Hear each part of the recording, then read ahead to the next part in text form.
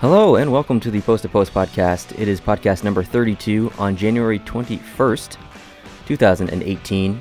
I have a full page of stuff to talk about. Ooh. And I wear some different teams on podcasts and in videos and stuff. And as you guys know, the Montreal Canadiens are my favorite team. So it's not necessarily unusual that I'm here wearing Montreal Canadiens stuff, but I'm wearing it for a reason. Okay. And I want to talk about that a little later. So for those who are listening, just picture me in a red Montreal Canadiens t-shirt that someone gave us, and a Montreal Canadiens hat. So, all right. And you're sporting the goat shirt. I have the goat shirt and the USS Kitty Hawk hat. Yes, from Leslie. From Leslie, that is very, very sporting. Yeah, you look dashing. Okay, so yeah, like I said, I have a ton of stuff to talk about. You look like you have a full sheet of paper there to talk about stuff as well, so let's just get into it and do your scores. Sure. I guess, yeah. Yesterday's results, Philadelphia beat New Jersey 3-1, and Kincaid came out with a weird stretching injury of some kind during the game, and they put Ken Appleby in goal. But anyway, New Jersey was already behind at that point. They'd let their 3 goals in, and that was it. So hopefully Kincaid will be all right. Elsewhere, Buffalo lost 7-1 at home to Dallas. And, man, Buffalo's having a tough time. I think they've won 2 games this month. Is that right? Columbus and I can't remember who else. Wow. Yeah, 2 games this month. That's it. Wow. Anyway, Dallas they did their thing, and all the usual suspects came and played hockey. Ben, Janmark, Radulov, they were all on the score sheet in various ways. So Winnipeg and Calgary, you and I watched a little bit of that at the very end. Yes, we did. We saw the shootout winner by Blake Wheeler. Mm-hmm. It was 2-1 Winnipeg in that game, and I've got to say, I watched the highlights after that, and Paul Romanuk is still afflicted with Danny Gallivan disease. Uh-oh, he's using more sayings? Yeah, this one he was rapier-like fashion. Oh. Rapier-like. Now, rapier is like it's a sword. It's a little, like almost a fencing thing. Mm-hmm. And Danny Gallivan used to use rapier-like on a very measured basis 30 years ago. You think Paul Romanuk goes home at night and rewatches Danny Gallivan feeds? I hope it's only that. Yeah, so anyway, he's still at it. Colorado beat the Rangers 3-1. Colorado beats everyone. This is something else. These 9 days. Straight. Now, I know you're going to talk streaks later on, but that's 9 in a row for Colorado? Mm-hmm. Are you crazy? Nathan McKinnon, 23 goals now, and fantastic. And that was King Henrik that took that loss. That was the big guy. So Carolina beat Detroit 3-1 in Detroit. Cam Ward got that win. Crazy. Heck yeah. Yeah. So good for them. Toronto and Ottawa, we watched quite a bit of that game last night. Yes, we did. That was something else, and just very odd. There was a strange, you'll have to help me with the players, but there was a strange set-to, as Danny Gallivan would say, where one of the Ottawa players just mugged a Toronto player after a pretty bad hit. Oh, yes, Smith got hit, I think. Yeah. Anyway. And Dzingel went after him, maybe? Yeah, so I don't know. Yeah, it was Dzingel, and he got a double minor for roughing. Yeah. So another player had to go in to serve the first 2 minutes of the double minor. And Ottawa ended up scoring a shorthanded goal on that play. And the guy in charge of the Ottawa penalty box opened the door as if they'd been scored on, and he had to let one of the players out. Yeah, the Ottawa door. He opened the wrong door. It's a shorthanded goal, dude.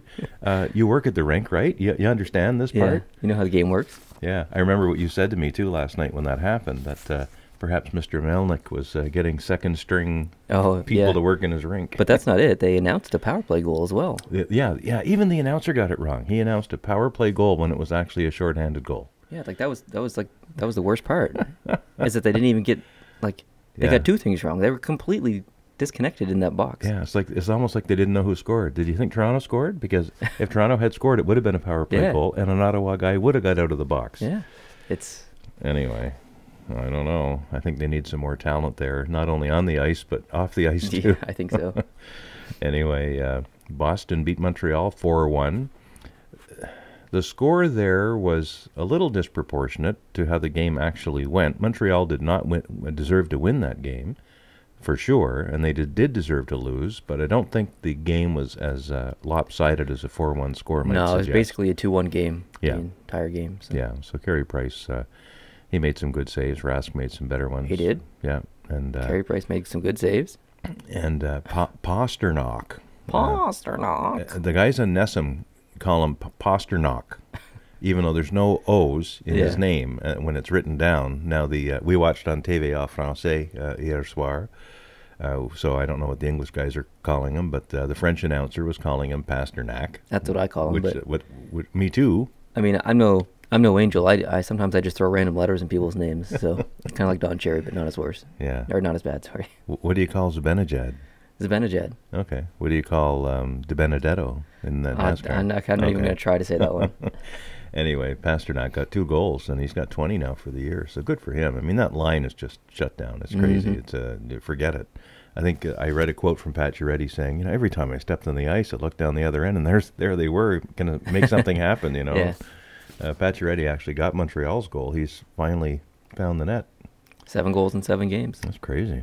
Anyway, not enough, though. Montreal's lost to Boston 3 times in the past week. Unacceptable. Unacceptable. And this, if there was any uncertainty, and I have a little stat later on to describe this, but if there's any uncertainty about Montreal's opportunity to sneak into the playoffs, that is over. Oh, yeah. I mean, Over. we said it was over 3 weeks ago. Yeah. It's just continuing to be over. Yeah, it's not mathematically over, but it's over. Yeah, definitely. Florida and Nashville. Florida actually jumped into a good lead in their game. They were 2-1 after the first period, but the Nashville Predators ended up winning the game 4-3. And the very first start for Harry Sateri. Never heard of him. In goal for Florida. He was put in for a few minutes in a previous game, but this was his first actual start.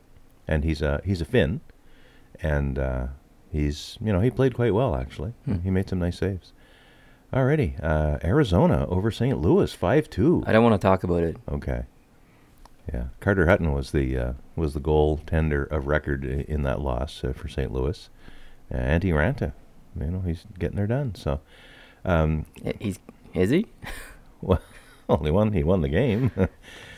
Keller got 2 assists. He didn't get any goals in that game, but he got 2 assists, and that's interesting because he's from Swansea, Illinois, which is almost a St. Louis suburb. So it was a bit of a homecoming for him. Yeah. He probably had some family there and stuff. Oh, maybe. I'm sure he did. Yeah, and 2 assists. That's not bad at all. So good for him. San Jose beat Pittsburgh 2-1 in regulation time. So no extra point there. Yeah. Casey DeSmith was the goalie for Pittsburgh in that game. Interesting. They're having some troubles. Yeah. Arundel got the win. The Islanders over Chicago 7-3. And that was unexpected for me anyway. I don't know how Chicago makes the playoffs now that Crawford is injured and out. Who do they have? Like, really? They don't have it. They don't have anyone other than Crawford. Yeah, they had Anton Forsberg in net, and then after I think the 5th goal, they pulled him for Jeff Glass. But neither one is really going to carry them where they need to go. I think they're not mathematically eliminated. They're not even that far out. I think they're only 5 points behind Colorado, maybe. But I don't see how they make the playoffs. Yeah, you're right. They're only 5 points back. No, it's not looking good at all. That's a very strong division in the Central. Very strong, yeah. And the wild card on the other side is strong too in the Pacific, so it's going to be really tough for Chicago to get in. That's the first time the Islanders have won in Chicago in almost 9 years. Wow. So something's happening there. Anders Lee, 27 goals now. Crazy. Tavares, 26.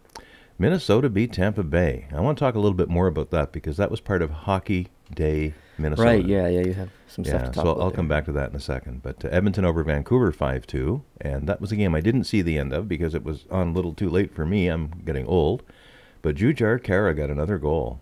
He's something else. He's got 8 now. I think they're on a 3-game winning streak. Oh, really? I didn't see that, but I'm not surprised. Yeah, pretty sure they're on a 3-game winning streak. Yeah, so good for Edmonton. Vancouver just is, they're struggling. They're struggling. And they're just, I don't know. Yeah, they're pretty well done, I think, as far as postseason goes. Yeah. So anyway, later on, we can circle back to Hockey Day, Minnesota.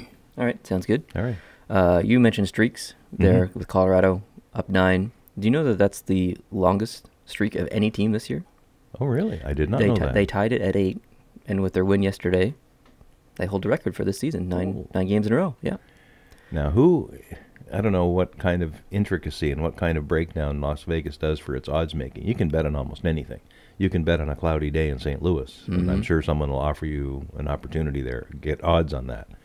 Who would have offered odds that Colorado would ever have, more than halfway through the season, the best winning streak in the league? Well, I mean, I don't think anyone would have. No. Before the season, and even when they play that game in Sweden between Ottawa and Colorado, Ottawa won both those games. Yeah. Colorado did not look good. No.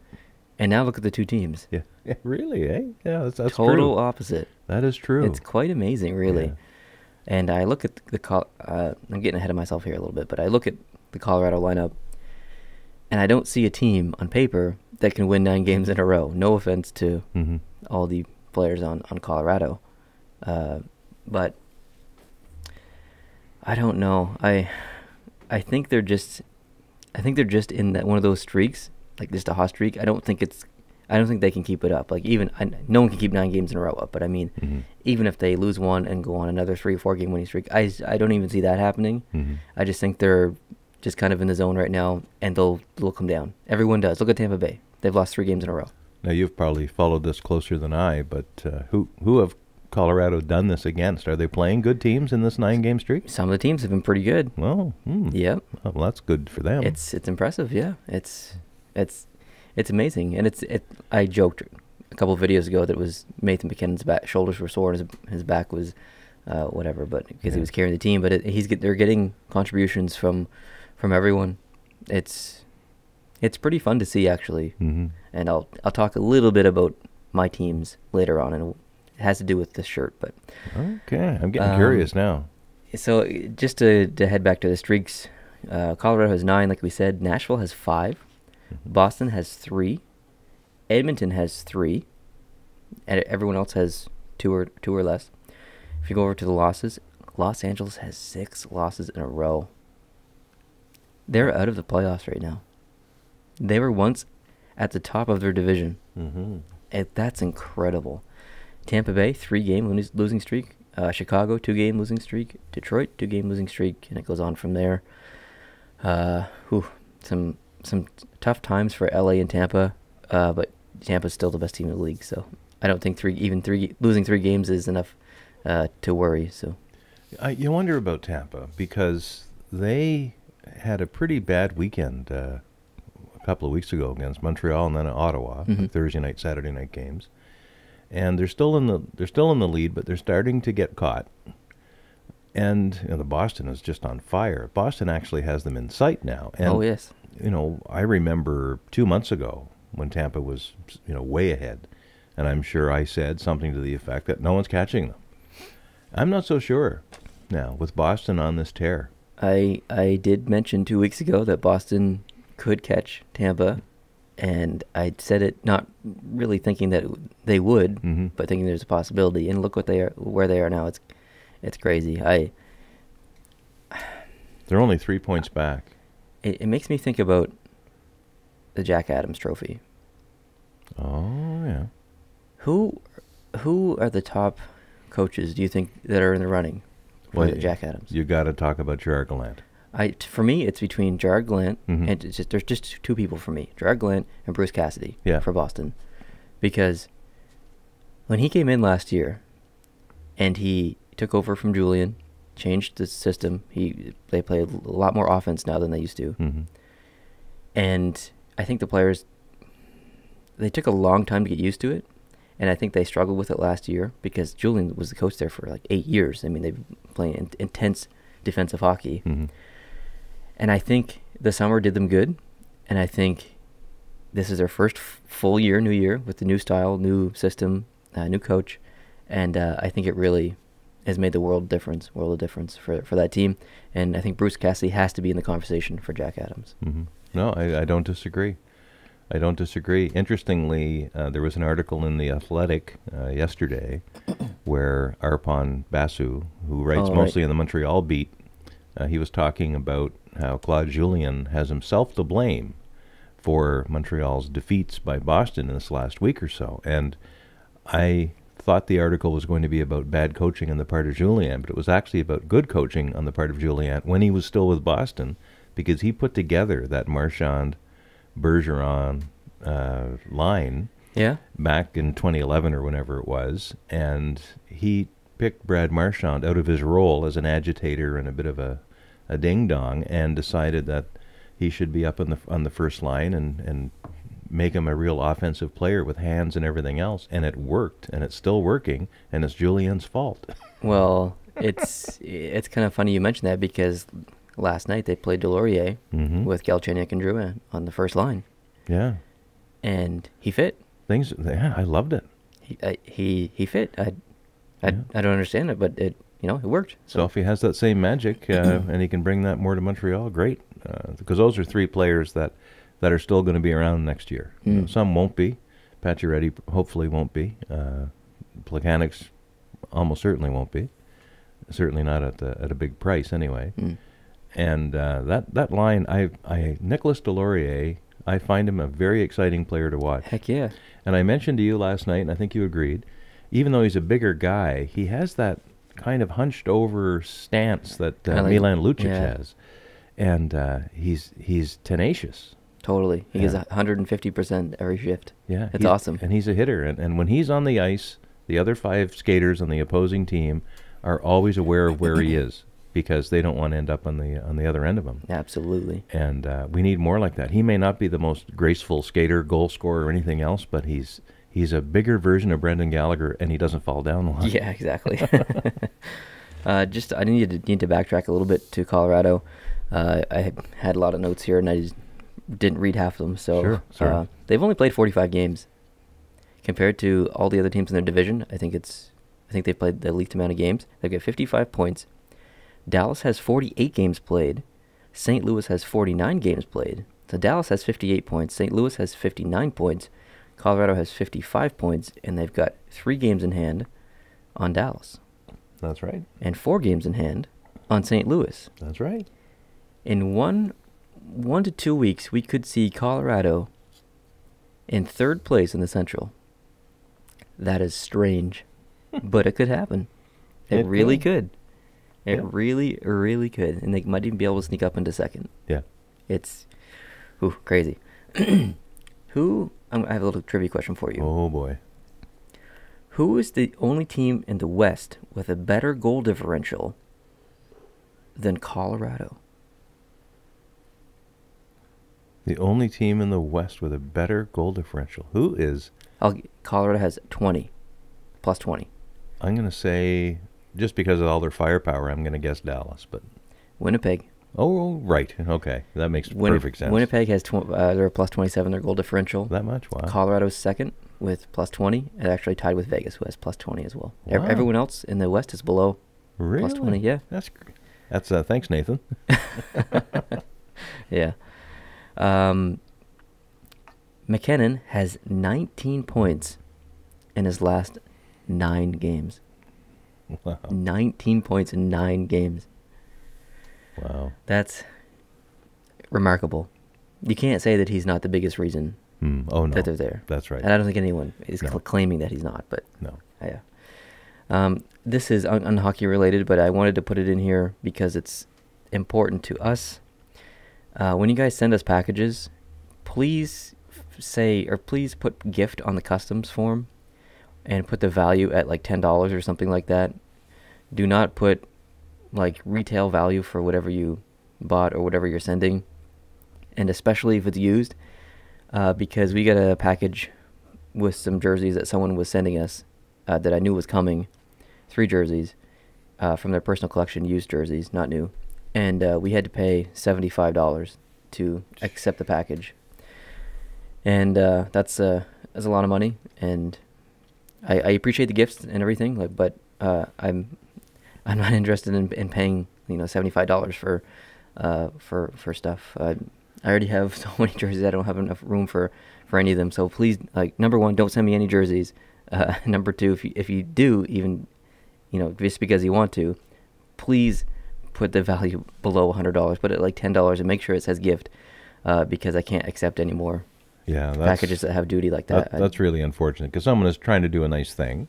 It's not their fault. And they're trying to declare the actual value that they think it is, and they're trying to fill out the form the way the form wants to be filled out. But the implications of some of those answers when it gets across the border and Canadian customs and the Postal Service looks at it, if they look at that package the way it was, and I saw it before you opened it, it looked like you had purchased 3 jerseys. Yeah, it looked like I bought them. Yeah, from the United States, and they're going to automatically look at that value and charge what Canada's government expects to be charged for purchased items. But the gifting thing, and it really was a gift in truth. Like it's not a lie. No, he didn't buy them. I'm not telling you put it to say that it's a gift just to as a lie. It's a truth. Like it was a gift, and but it wasn't identified as a gift, and probably my counsel would be next time that happens, if it ever should happen again, the only other option is to walk away from the parcel and have it go back to the sender. Yeah, I'll have to return. I mean, depending on the customs fee, but if it's anywhere even close to that, I'm gonna have to decline it, unfortunately, and it'll be sent back to you guys. It's a tough thing to say, but I can't afford to. I can't afford to accept packages like that. So, lesson. Just I accepted it because I knew what was in it, and I wanted to make it an example of so we could talk about it and stuff. But it's no fault of the person who sent it. No. I know they didn't do it intentionally. It's just they didn't know, I guess. Yeah. So. No, that's right. Yeah. So thanks, guys. I appreciate everything you guys are sending and stuff. I just want to make it a little easier. Rumors. Are you aware of any rumors going on right now? I'm not really. You're not big into the rumors. Well, not that I shy away from them. Oftentimes, in the second period intermission on Hockey Night in Canada, they'll go around the table and there will be some rumors talked about. Right. But really, last night there wasn't that. They didn't really talk about that stuff. So that's usually where I get my stuff. And occasionally I'll look at Spector's Hockey because he likes to follow rumors around. I just didn't happen to do that the last couple of days. All right. Well, I've got some names for you. All right. Hoffman. Okay. Who is, I don't know if I'd say he's an elite goal scorer, but he's a very talented goal scorer. San Jose, Calgary, Vegas, Nashville, and Pittsburgh are all actively looking at Hoffman. Okay. Out of those teams, I'm not exactly sure which he fits best with. I kind of want to say San Jose, but I feel like the system isn't really would gel greatly with Hoffman. So I think of all those teams, I think Calgary would be the best actual pick for him. I can see him playing on a line with quite a few guys in Calgary. So it's going to be interesting to see where he goes, if he goes anywhere. Next on the list is Jean-Gabriel Pageau. Oh, yeah. And Pittsburgh is very interested in him. Very, very interested. So we'll see. Ottawa's in a bit of a seller mode right now. So yeah, they are. I know I have a more favorable view of Pageau than you do. You think he's a little streaky. He's inconsistent. Yeah. I don't like inconsistent players. I really like what I've seen from him. But I must confess I don't watch a lot of Ottawa games except when they're playing teams I want to watch. I don't watch games to watch Ottawa play hockey. Oh, sorry. No, I understand. I just don't. Vander Kane's next on the list. Oh yeah. Columbus, San Jose, Pittsburgh, Los Angeles, and Vegas. What would Buffalo want? Oh, they want a lot. They want a lot. They want a first-round draft pick. They want like a top prospect and another player in return for Vander Kane. Like it's a bit insane actually, Yeah. but. Does he have any no move or no trade thing? I don't imagine he would with Buffalo. It's open. Yeah. I think it's open. Yeah. Yeah. If I was playing with Buffalo, and if I was any good, and I'm not, of course, but if I was playing with Buffalo, I'd have a "please move me" clause. Oh, don't say that. Well. Okay, so I just want to talk about the defenseman points. Oh, okay. Another quiz for you. All right. Who do you think is leading defenseman in points this year? Wow.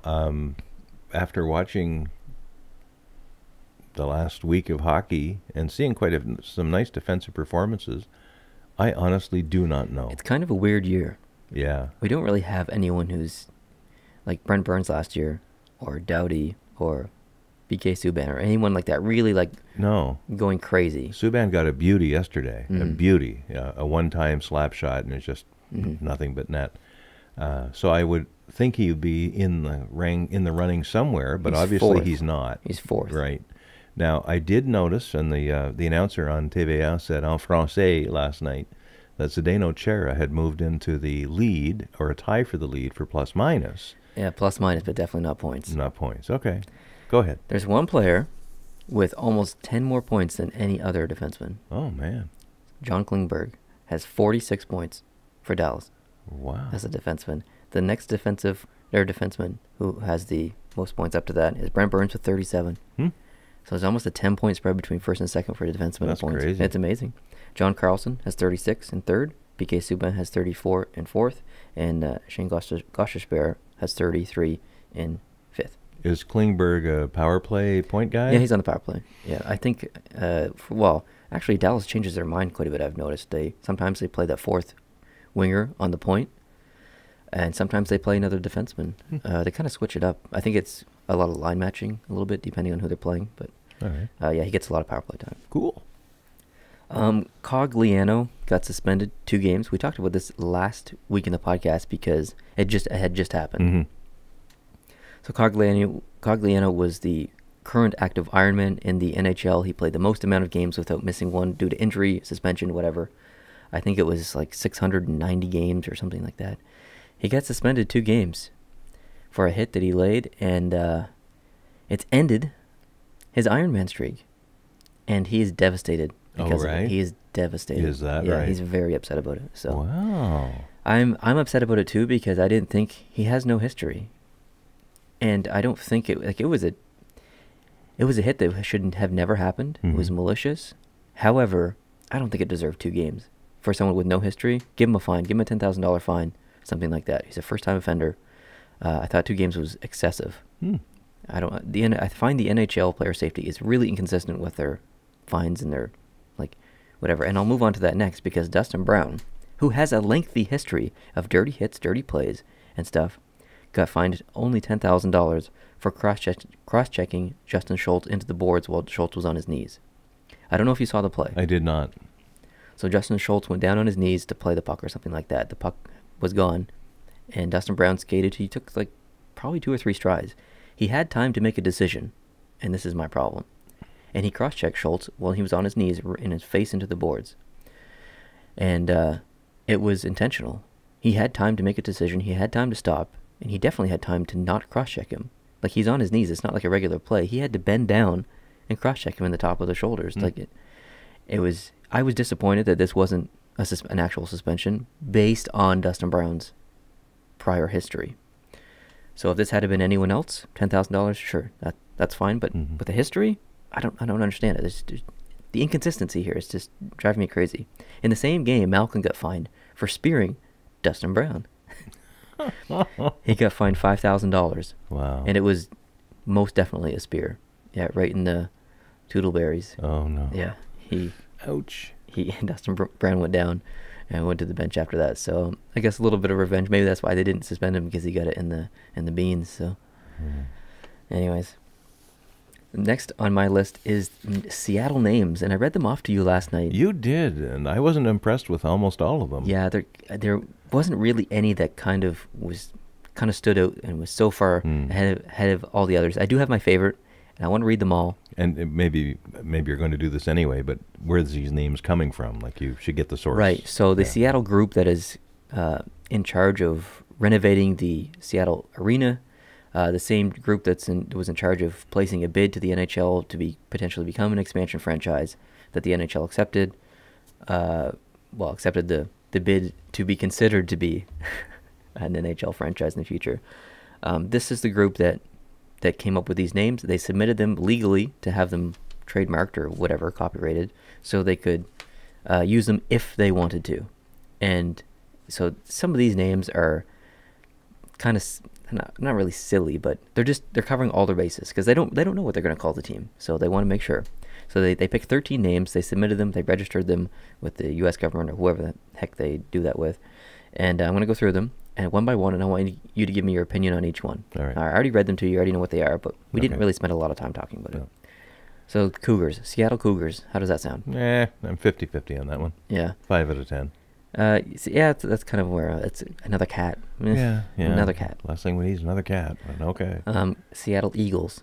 6 out of 10. It makes sense because the Eagles are that's. Yeah, it's a common creature out Yeah, there. they're so Alaska, like that's their zone basically all along that area in Vancouver. And there's a lot of them there. We even have eagles here in Prince Edward Island we do, occasionally, but they're very prominent there. And the only thing I don't like about it is that there used to be a team called the St. Louis Eagles, I think, maybe. Okay, and there's Philadelphia Eagles in football, but that's not hockey. But. Yeah, no, but so I wouldn't like to see that. Seattle Emeralds. There's a bit of history there. No, I don't like that. 3 whatsoever. out of 10. Seattle Evergreens. 1 out of 10. Yeah, I don't like that at all. That's terrible. That's terrible. Seattle Firebirds. That's about a 7 out of 10. I'm not too bad about that one. I like that. You could get some pretty awesome colors and logo with that. Yeah. Like a black and a red, or a yellow and red, something. I don't know. It'd be pretty cool. Yeah, that'd be all right. Seattle Kraken. 3 out of 10. I don't like it. I really like this one because it's completely outside the box. You're taking a mythical creature. There's so much potential there for an awesome jersey, a logo. It's not this cookie cutter name. It's creative. I like it a lot. Is it a mythical creature from North America, or is it a European transport? I honestly don't know. I think it's. I don't really know. I don't know. I know about, there's the Ogopogo monster in Lake Okanagan. There's Loch Ness monster. I never heard of the Kraken. You never heard of the Kraken? Well, I've heard of the Kraken, but I never heard anything about the Kraken. I thought it was like a Greek mythical creature or something I don't know. that. It doesn't sound like it sounds like a German word to me. I don't know that it is, but it sounds German. Yeah, I don't know. Is it in Pownell Bay out here, or is it's like something? It's like something Poseidon would fight. Okay. Well, anyway, we're off topic there a bit, but okay. I'm not seeing it in a hockey sense. Seattle Rainers. Rainers? No. Thumbs down for me. And I would guess it would be Rainiers, probably, which is after Mount Rainier, but no. Whatever. 2. See, that's the problem. It only makes sense to people who know about that mountain. So yeah. Seattle Renegades. Not so much. 4 out of 10. I don't like it. I think that could have been the Las Vegas name. So yeah. Seattle Sea Lions. Sea lions are big and fat, and they got mustaches and goatees, and they make noises. I'd say no. Okay, because they make funny noises. Yeah. Remind me to send you a video later of that. It better not be a video of me. No, it's not. Seattle Seals. I don't like it. I didn't like it when Oakland had it, or California. I don't like it now. I don't mind that one. Seattle Sockeyes. Definitely no, not. I don't like that at all. A fish. No fish. Please. What about a steelhead? That's very popular. No. I don't like fish. I like haddock, but I wouldn't want to call my hockey team the Halifax Haddocks. I'd be all right with that, actually. That's the only fish I like.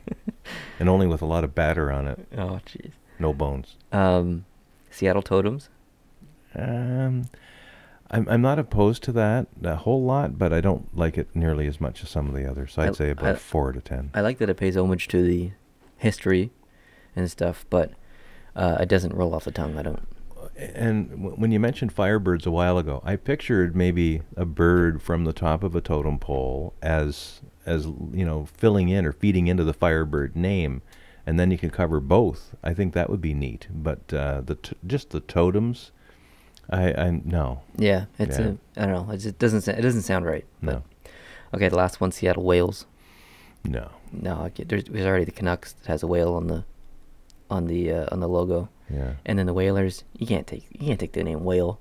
What if they come back? There can't be the Whales versus the Whalers. Well, that's right. And will Greenpeace come along and try to rescue the hockey team if they don't do well? Anyway. I don't know. Anyway. Okay. Now I want to talk about why I'm wearing this shirt. Okay. And this hat. So obviously I'm a Canadiens fan. They're my number one team. They're doing crap right now. Mm-hmm. And I get made fun of a little bit for always wearing different teams' jerseys and stuff. And that I've been crapping recently on the Canadiens.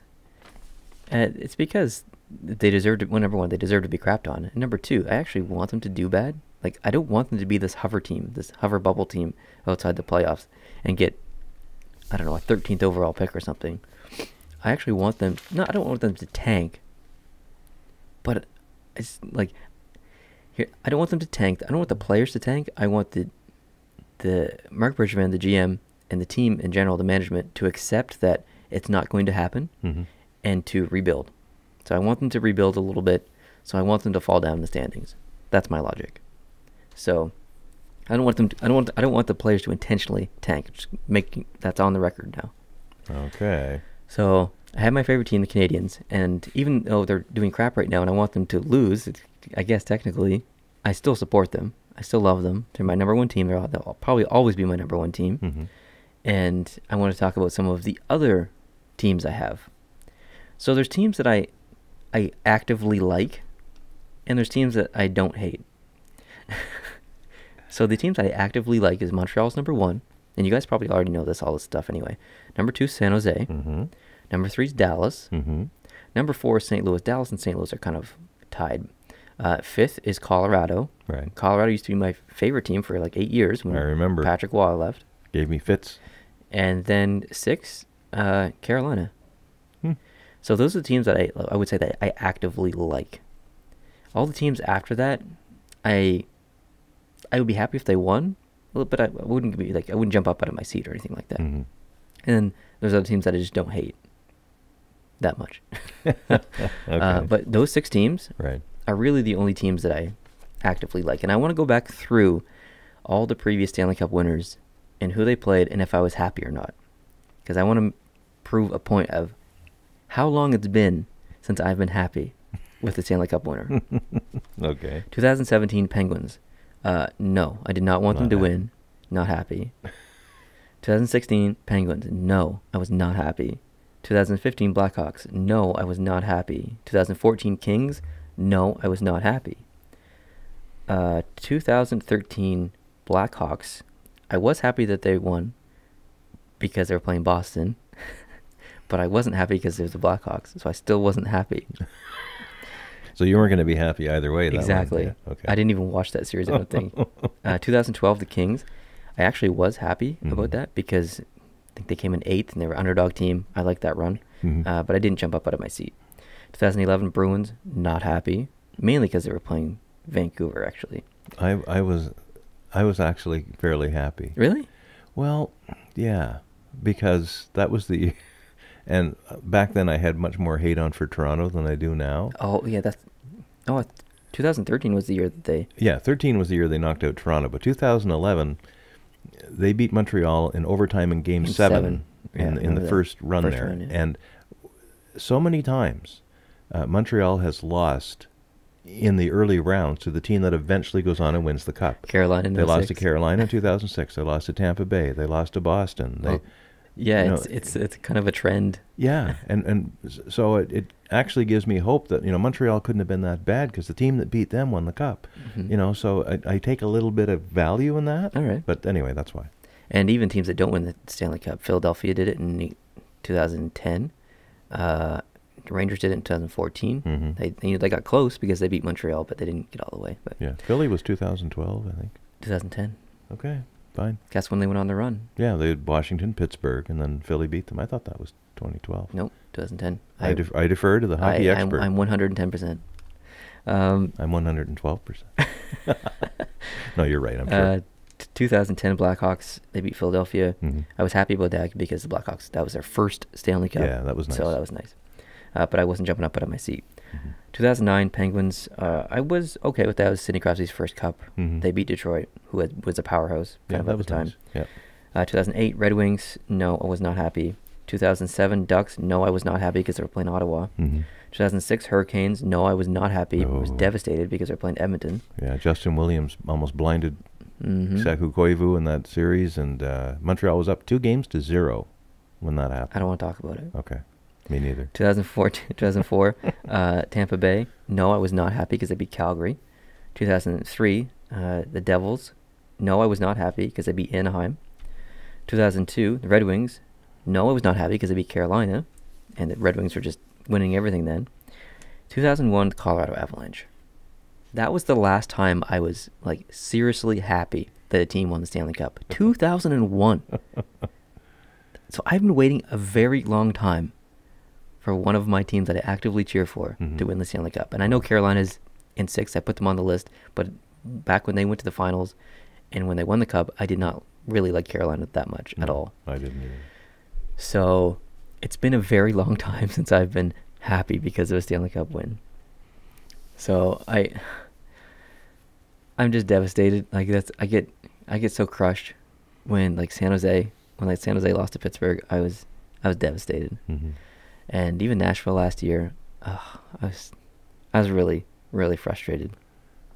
I just hope that this year we see a team that hasn't won the Stanley Cup in the last 8 years win the Stanley Cup. Mm-hmm. Please, for the love of all things holy, can we please get a new team to win the Stanley Cup? I don't even care who it is at this point. I just want to see someone new in the Stanley Cup Finals and actually win it. Mm-hmm. That's all I want. All right. For me, being a member of the Montreal fan base, until they're mathematically eliminated, I will continue to cheer for Montreal.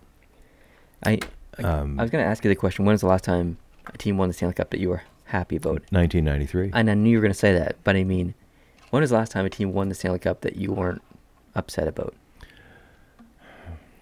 Or that you actively watched and were interested in because you followed them? Well, I liked Pittsburgh's win in 2009 because of Sidney Crosby, Mm-hmm. like you.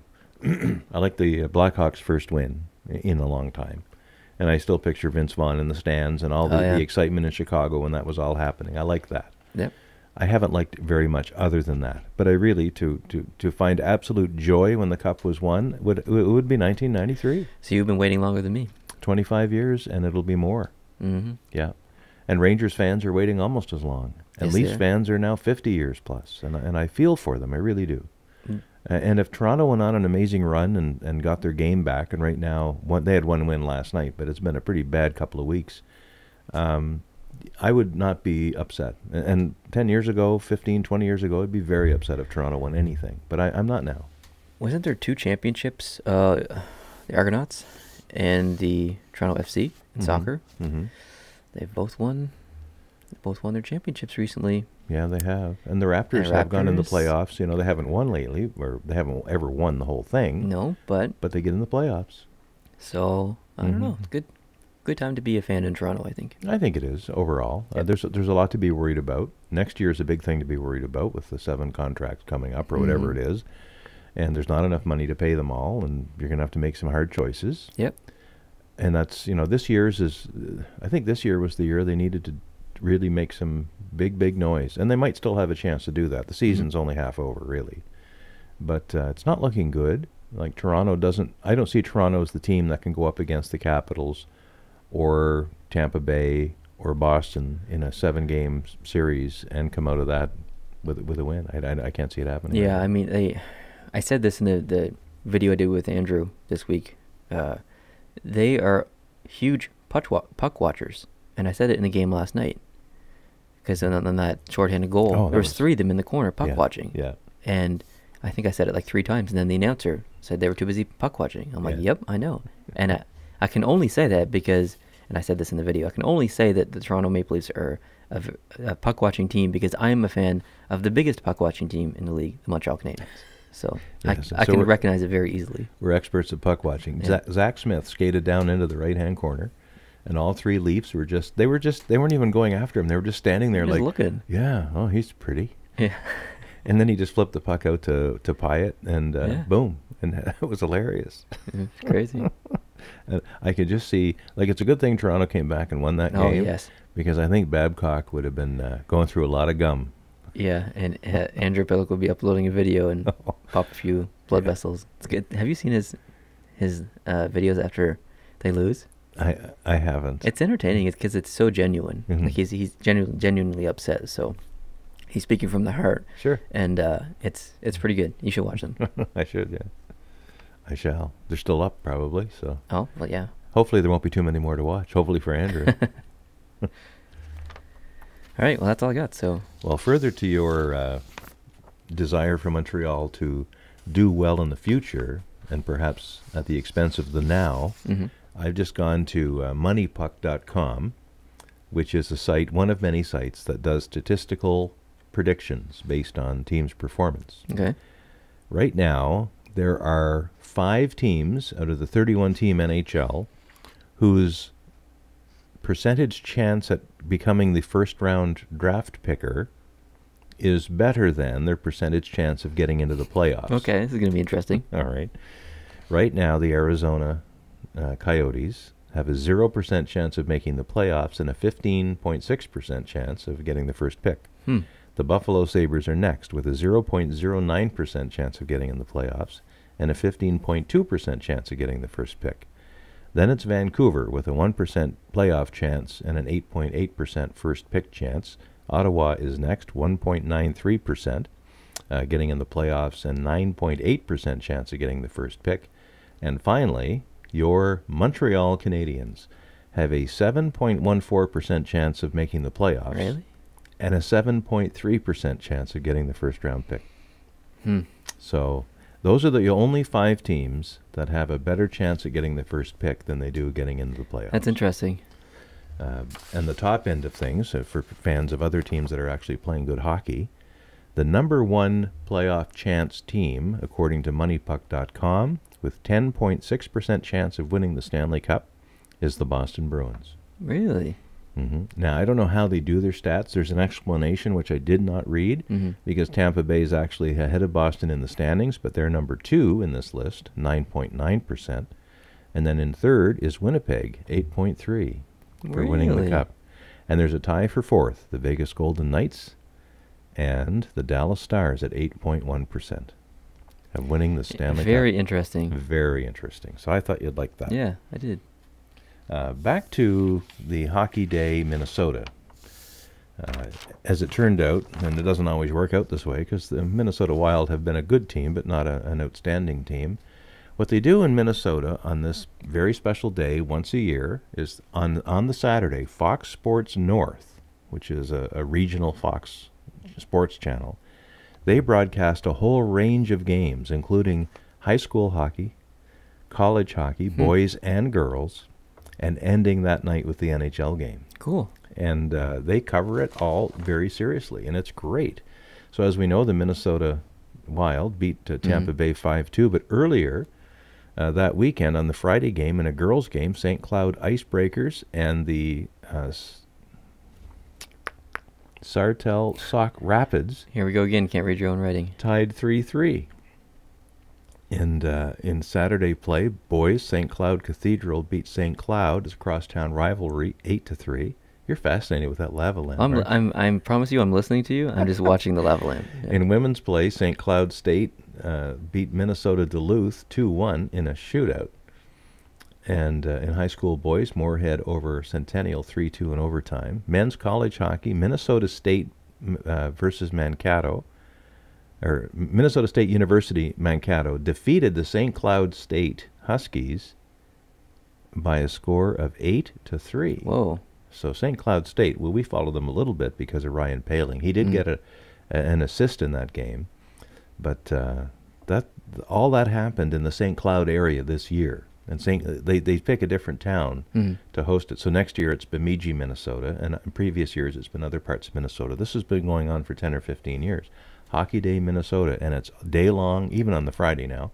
And it's wall-to-wall hockey, all broadcast on Fox Sports North. And if you're a hockey fan in Minnesota, you can see it from high school all the way to your NHL team. And I think it's fantastic. When are we going to see a Winter Classic with Dallas versus Minnesota? Come on, Gary. Get her done. Like, do you not want to see that? Minnesota versus Dallas? I'd love to see it. The North Stars went to, like, man. I think out of any Winter Classic, I think that has to be at the top. Yeah. Is Gary answering your calls lately? No, Gary has not. Has not picked up in a very long time. Yeah. In the standings, we already talked about the playoff chances, but in the Atlantic Division, just like many of the past several weeks, only the top 3 teams appear likely to make the playoffs. They are Tampa Bay, Boston, and Toronto. In the Metropolitan Division, all 5 teams remaining in the top 8 for the playoff round will be coming from that division.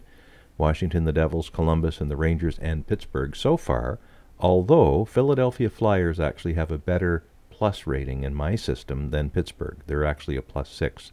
They're tied with the Rangers for their performance, overall strength in the standings. And not too far behind are the Islanders and Carolina. They're both +4, in the 50s now with points. In the Pacific, very Central Division, let's go. Very strong division there. All the teams in the entire division are in the plus range. Nashville, Winnipeg, and St. Louis are the top three. Dallas and Colorado are now in playoff spots. And even Minnesota and Chicago are knocking on the door. In the Pacific Division, Vegas is way out in front.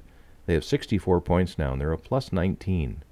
They're actually the same plus rating as Tampa because they're 1 point behind, but they have a game in hand. That's right. So San Jose Sharks and then Calgary are the top three. And then you've got the Kings and Anaheim that are both knocking on the wild card door. It looks like things are pretty grim for Edmonton, Vancouver, and Arizona, obviously. It's going to be tough. It's going to be tough for them, yeah. Now, a little quiz for you. Uh-oh. You know, just to keep you sharp. Who's leading the points this time? Kucherov. Yeah, 61. Next is? Is it McKinnon? It is. Is it really? 2 points back, 59. Yeah, and Stamkos is not in the top three. Who's next after that? I think it's Tavares. It is, 57. Yeah. Very good. In goals, leading is Ovechkin with 28, but there's a tie for second with 27. Lee is one. I don't think I know the other one. Kucherov. Oh, right, Kucherov. Yeah. In plus minus, this is crazy. Schwartz is still at plus 23, but he's tied for, I guess, fourth place now with Patrice Bergeron. And the top three all are tied with plus minus of 24. And they are Victor Hedman. Who's injured? Brad Marchand. Okay. And Zdeno Chara. Oh. So of the top five, 3 of them are Bruins. Jeez. And that makes sense, because oftentimes lines will click together. Yeah, totally. On the goaltending side, goals against average. Guess who, now with 15 games, can be talked about as a goalie who's played enough and who's leading the league in goals against? Is it Fleury? It is. Marc-Andre Fleury, 1.72. I assume so, because of the success. Yeah. Next, after that. Is it Aaron Dell? Dell is fourth now. I'm not sure. Carter Hutton. Oh, yeah. Despite last night's game, still 1.91. So there's 2 goalies under 2. Yeah, Carter Hutton and Dell will probably be up in both those categories, save percentage and goals against. Tuukka Rask is third, 2.17, just barely ahead of Dell.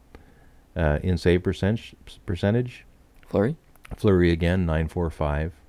Hutton second. These statistics often will go together. Yeah.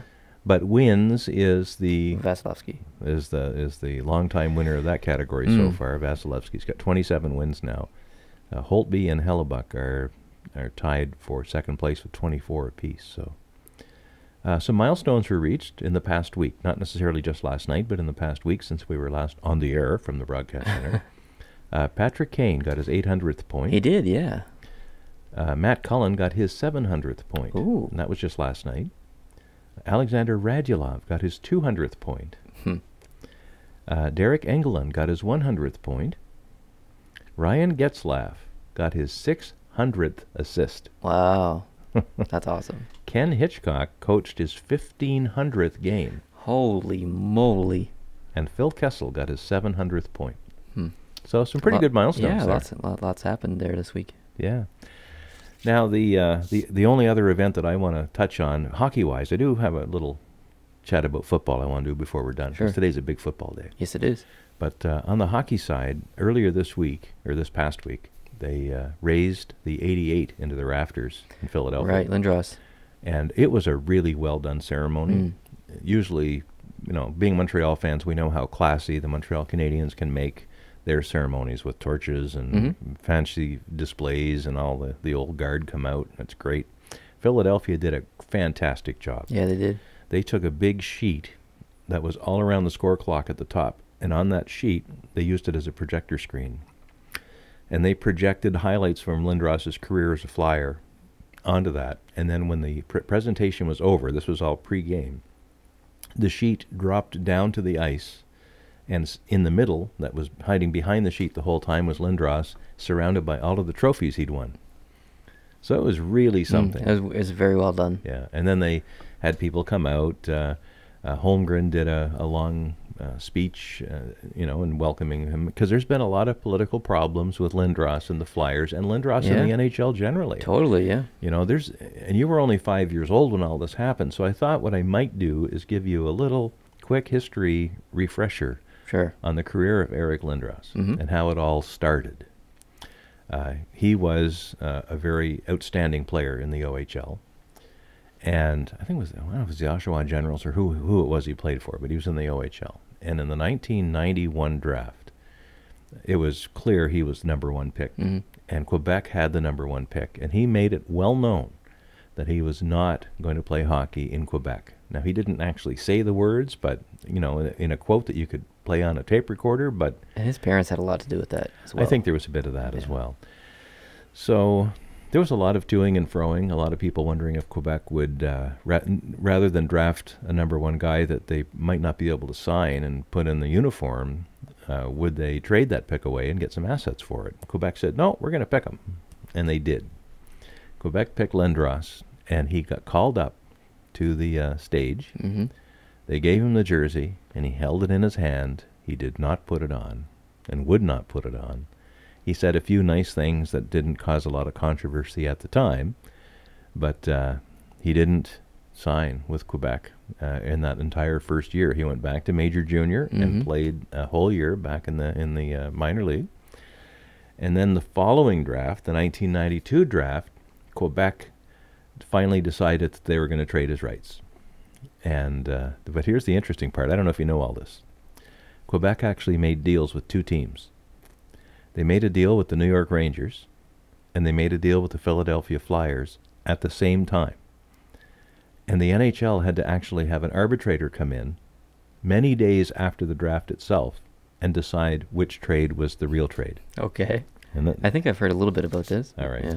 So here's what the New York Rangers had arranged to offer Quebec for Eric Lindros. Tony Amonte, Alex Kovalev, John Van Beesbrook, Doug Waite, the first-round pick in the next 3 years, and $12 million. What? Yeah. Holy. And Quebec told New York they had a deal. But they also had a deal with Philly. The Philly deal was this. In exchange for Lindros, they would give up Peter Forsberg, Steve Duchesne, Kerry Huffman. It made sense when I wrote it. Of course it did. Mike Ricci, Ron Hextall, Chris Simon, a first-round pick for the next 2 years, and $15 million. Those first-round picks ended up being Jocelyn Thibault and Baumgartner.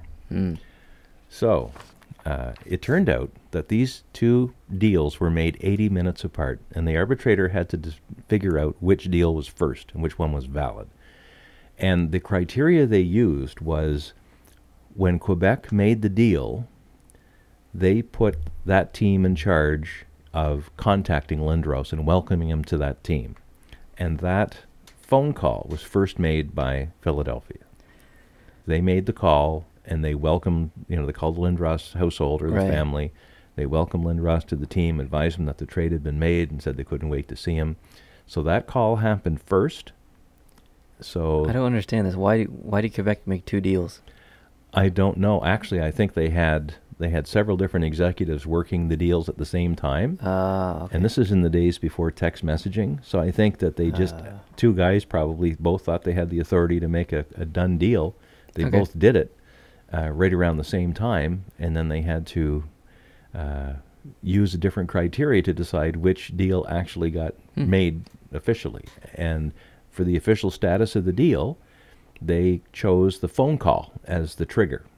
Nowadays, that can't happen because of that trade and because of how it all went down and how much of a mess it was. There is now a 1-800 number that the NHL has set up for teams to call when they make a trade. So all trades have to be reported to the NHL and gone over quickly to make sure that they're legit, and then they're allowed to announce the trade. And that's all because of this. So ultimately, of course, Philadelphia won that trade or won the contest. But did they actually win the trade when you look at it? They got a fantastic player. They did. Lindros' career was cut a bit short because of his concussions. because he was a very hard-charging player, and he did abuse, himself a lot in playing hockey with the intensity that he did. I did a little mathematical exercise. I took the point total of Huffman, Duchesne, Forsberg, Ricci, and Simon, and I added their playoff and regular season points, and I also looked at Lindros' stats. In his career, adding up playoff and regular season points, Lindros scored 922 points. Very impressive for any player. But the other 5 players, when added together, one of them, of course, being Peter Forsberg, the total of those players, 3,023 points. And a Stanley Cup And a Stanley Cup. That's right.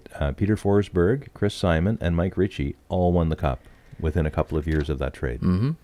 Because Quebec became the Colorado Avalanche, and the rest became history. Exactly, yeah. So I thought that was an interesting story as to how that all went down.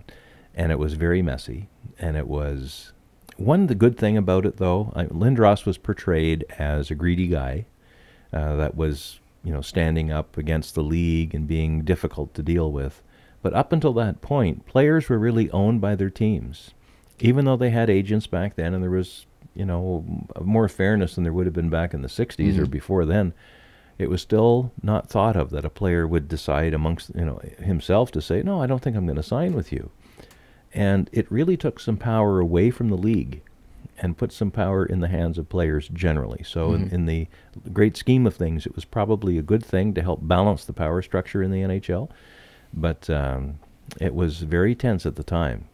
An interesting postscript to that, one of the reasons that was cited by Lindros in actual public was that he didn't think Quebec had the winning attitude. But undercurrent, non-disclosed or non-talked about reasons, at least from Lindros' side, was that he didn't want to go to Quebec City because of the political situation in Quebec at the time, right. Separatism and all that. That was a little more active than it is now, thank goodness. And the interesting postscript is that about 5 years ago, he married a Francophone gal from Montreal, in Montreal. And now he has a couple of kids, and it's great. He's still a big strapping guy. I saw Eric Lindros at the airport lounge in Montreal. Did you? Not knowing that he had any connection with Montreal. And the minute I saw him sitting there, and I walked right by him a couple of times on the way to the coffee machine, I almost stopped and just said hi, but he was... people in these lounges, and I used to have the airline status that got me in these lounges too, and I often would see some hockey players, coaches, and some other famous people, and you're in the lounge because you want to be away from the regular public, and you don't want to be bothered. So right, exactly. I wasn't going to bother Eric Lindros, but a little bit of me said, man, you'll never see him again. You'll never get a chance to meet him. And I thought to myself at the time, this is probably about 5 years ago, what the heck is he doing in Montreal of all places? Yeah. Because, he was just roundly hated, especially in Quebec City, but among a lot of Francophone Quebecers as well, because they thought that he was, and maybe they rightly thought, that he was dissing them, as a culture. Even non-Quebec fans, just NHL fans around the world, really just... That left a really sour taste in their mouth, that decision. It really did. Yeah. It really did. So, and he was sitting there all by himself. I don't think there was anyone with him. He was just reading a newspaper or just waiting for his airplane, to take him to wherever.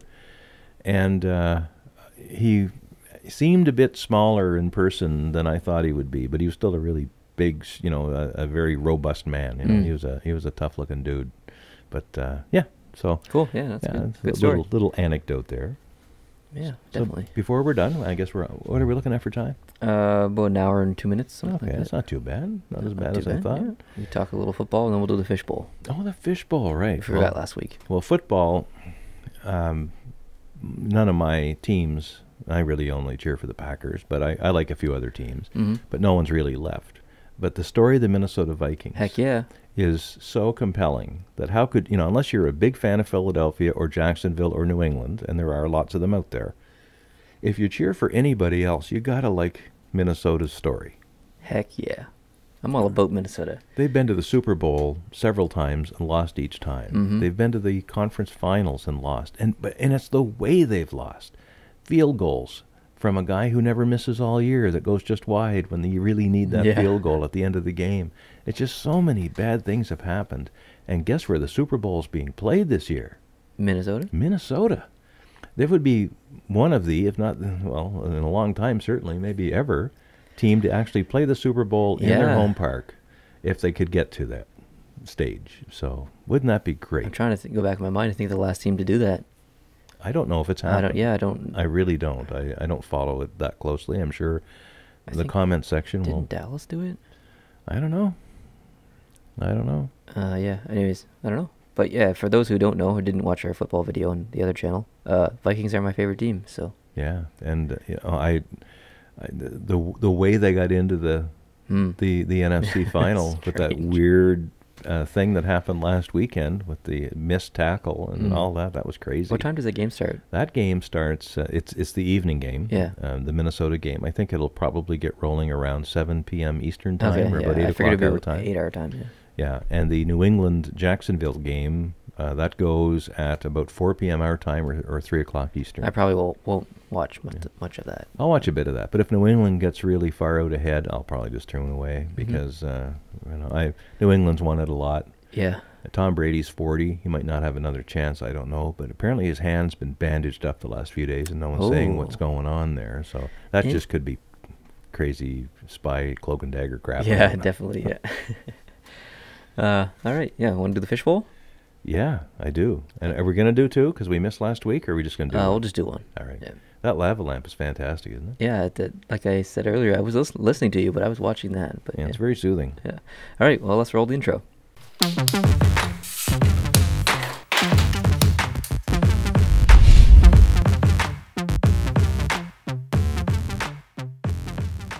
Okay. So we have a question here. It is... what is your worst experience on an airplane? Oh my! And this is from Forbort 555 Element. Yeah, Forbort 555 Element. Wow. Okay. Well, thankfully, none of my worst experiences on an airplane occurred when I was flying the airplane. So none of them are me flying. I think the question was about, like, as a passenger on a commercial plane, but you actually have an interesting story, I guess. Yeah. You were technically a passenger. I was a passenger. But it wasn't a commercial plane. No, it was it was actually an identical kind of plane to the plane I fly now. Yeah. Piper Warrior 2. And my brother was the pilot, and I was I won't even say co-pilot because I didn't have my license then. But I was in the right seat, and he was in the left seat where the pilot usually is. And we'd taken off from here in Charlottetown, and we were flying for Moncton, New Brunswick. And to do that, Prince Edward Island, being an island, is surrounded by water, and when you cross over to the mainland, the law says you have to be high enough to glide to land. So usually when you fly from PEI to Moncton, you would want to be at 4,500 feet or 6,500 feet, the way the altitudes are structured for westbound planes. So we were at the proper altitude, thank goodness, and the engine died. Halfway across, right over the water, the engine quit. And we became a glider. So we looked around, we picked a spot, which was what looked like a field, and we called Mayday into the tower in Moncton, as they were expecting us. So we called a Mayday. We probably gave some people there some shark attacks, and... Anyway, at near the bottom of the approach to that, we glided safely back over the coastline down towards this field, or so we thought. And when we got low enough, my brother noticed that the growth in this, what we thought was a field, was way too high. It was more of a brushy, marshy area than an actual field. It wasn't a plowed field. But the roadway was right beside it. So we looked both ways, and he asked me what traffic was looking like, and the road was clear on my side. Then he just pulled the plane over, and we slammed it down onto the pavement on the highway, and rolled to a stop. And were you scared? Hell yeah! Yeah, I was absolutely petrified. I was positive I was going to die. Yeah. I just, I thought, oh, this is great. I've been married for 2 weeks. It was 1981. I was married for 2 weeks, and now I'm going to die. Dang. So, I was convinced. And when we actually landed, and I got out of that plane, I was rather happy, but still had work to do, because when we rolled to a stop, there was a bit of a hill in front of us, and any car coming over that hill at a high speed would not have time to stop. So I ran up the road, waving traffic down to slow it down, and so we eventually pushed the plane into a guy's driveway, and it got repaired the next day. There was a problem with the engine, nothing we did. Didn't he come out and to greet you guys, and he's like, he didn't say anything. He just asked you if you wanted a Pepsi or something like that. You guys want a Pepsi? It looks like you need a Pepsi or something. And then he told us that the previous week, the power company was along that road and had taken down all the wires that were going across the road and replaced them with some other power lines. So if it had happened a week before, would have had some... Yeah, it would have been probably very bad. So that was the scariest, most critical type of experience. But I do have number 2. Okay. Which actually involved number 1. Okay. We were in a flight from Charlottetown to Toronto, and I was traveling out with some buddies. We were going to a work meeting, and... What year was this? This would be about 2009, okay, maybe. And we were flying to a work meeting, and when the plane landed in Toronto, it had to wait because there was a bit of a ground stop. It was in the summertime, but there was winds had shifted, and there was a lot of planes that needed to get to the terminal, and they couldn't get there. So we were held up in this long line of planes that were trying to taxi to the terminal. And I had had a couple of beverages on the plane. Oh. And I was never, ever in such bad straits having to go. Yeah. When the plane finally pulled into the terminal, I managed to not, make a scene. But when I got off of that, when I come out of the air bridge and across the terminal, it was around gate 133 at Pearson, and I knew where all the washrooms were because I flew through there every week or two. Yeah. And that's the fastest I ever ran. And I'm a pretty big guy, but I was like lightning that day. I could have left Usain Bolt in my dust because I just had to go. So that's funny that you mentioned that, because that's actually my story. Oh, okay. And you were there for it. It was back in 2004 when we flew to Florida, and we were transferring in Cincinnati, but there was a long wait to land in Cincinnati, so we were circling whatever the airport, and I had to pee basically just before they turned on the seatbelt sign, and we circled and circled and circled for over an hour, and we get off the plane, and I went to the bathroom. I've never felt pain like that before in my life. It was probably the most painful thing I've ever felt. Wow. And when I got out of the bathroom, I remember saying, like, I can't go on. Like, we have to sit down. Like, I'm in so much pain that I have to sit. I remember sitting on a bench, looking in front of the entrance to the bathroom, and you guys waiting for me to be able to walk. That's how much pain I was in. Wow. Yeah, that was the worst. I do vaguely remember you having to go, but I didn't know how bad it hurt. Yeah, it was bad, but that was probably my worst plane experience. But yeah, so I guess that wraps it up. Yeah. Wraps it up. That's everything for today. Thanks for the question. Yes, thanks. 4-port-555 element. If you have any questions for the fishbowl, feel free to leave them in the comments, and I'll add them to a fish, and we'll go from there. So thanks, guys, for watching on YouTube. If you're new, hit the subscribe button. If you like this podcast, hit the like button. If you're listening on iTunes, thank you very much for downloading. If you could leave us a review, that would be awesome. If you're listening through Google Play Music, thank you very much as well. We appreciate that. And if you're just listening to any podcatcher app or whatever, we appreciate that as well. So thank you guys very much for your time. Hope you guys are having a good week, and we'll see you in the next podcast number 33. Adios. See ya.